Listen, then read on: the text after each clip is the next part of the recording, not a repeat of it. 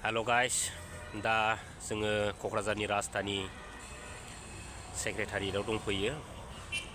Bodoland territorial काउन्सिलनि जेनाखि secretariat जों बेयाव दंफैयो आरो दा बेयाव फैनानै दिनै मोननैसो बाथ्रा सावरायलांगोन, रायजोफोर नोंथांमोनजों शेयार खालामलांगोन आरो दा बे जाहैबाय जोंनि बिटिसि नङा होमबा। दा बिटिसिनि गेटआ जाहैबाय नैबेनो, बेजों हाबनांगौ। दा बेजों हाबनायनि उनाव जाहैबाय नैबेजों अफिस थाङो आरो दा जिखुनु हक जोंनि बे बिटिसि जोंनि बर' हारिनि नङा होमबा।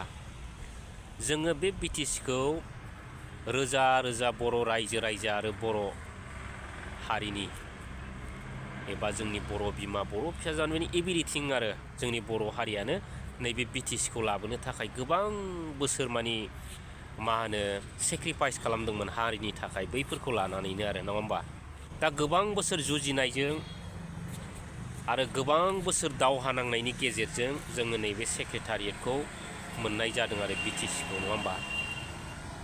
दा जोङो दुखुनांथाव बाथ्राया बेखौसो जोङो बुंनांगोन, नैबेफोरबायदि जेनाखि साखो माखो बिटिसि, बै बिटिसि मोननायाव जोङो गोबां बर' रायजो राजाफ्रा जिउ होदों, थै होदों, गोबां मानि बर' बिमाफ्रा जिनाहारि जानांदों आरो गोबां दिनैसिमबो एनडिएफबि बिदा फंबायफ्रा नैबे मोननांगौ मोन्थायनि थाखायनो दिनै नांनानै जेलखानायावबो जोबथेनानै दं आरो गोबां मानि बिराद बायदिसिना जानानै दं लोगोफोर नङा होमबा।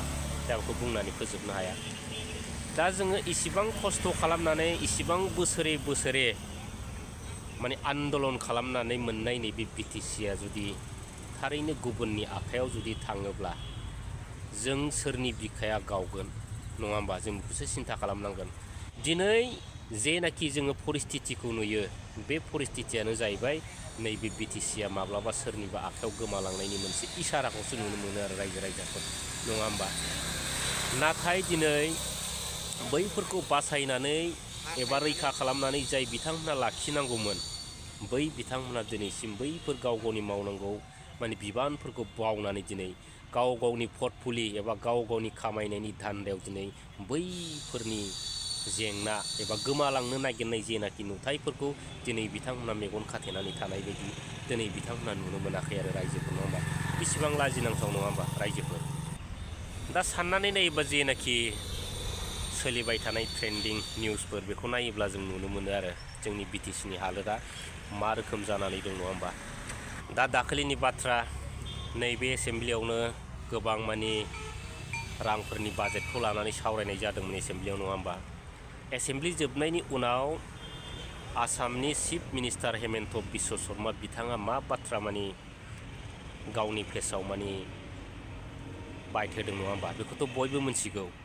दिनै क'क्राझाराव एसेम्ब्लियाव फैनायनि उनाव बिथाङा मोनसे बाथ्राखौ बुंदों, गोसोआव ला, मानि मोनसे मानि हिस्ट'रि सोरजिनो थांगासिनो दं होननानै बुंदों आरो नैबे मानि गावसोरनि मानि एसामिसफोरनि थाखाय आरो नोंथांमोनाबो थांनानै नाय।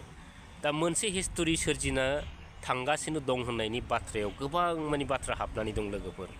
थारैनो बे मोनसे हिस्ट'रि हाबनायनि बिथोराव बा आन्दोआव नैबे बिटिसिखौ गावसिनि कब्जायाव लांफिननायनि मोनसे हिस्ट्रि नङाथ' रायजोफोर। जों बेखौ सिन्था खालामनांगोन।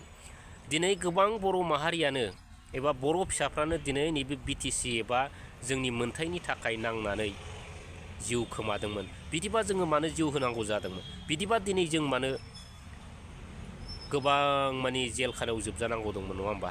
दा गोबां साननो गोनां बाथ्रा रायजोफोर।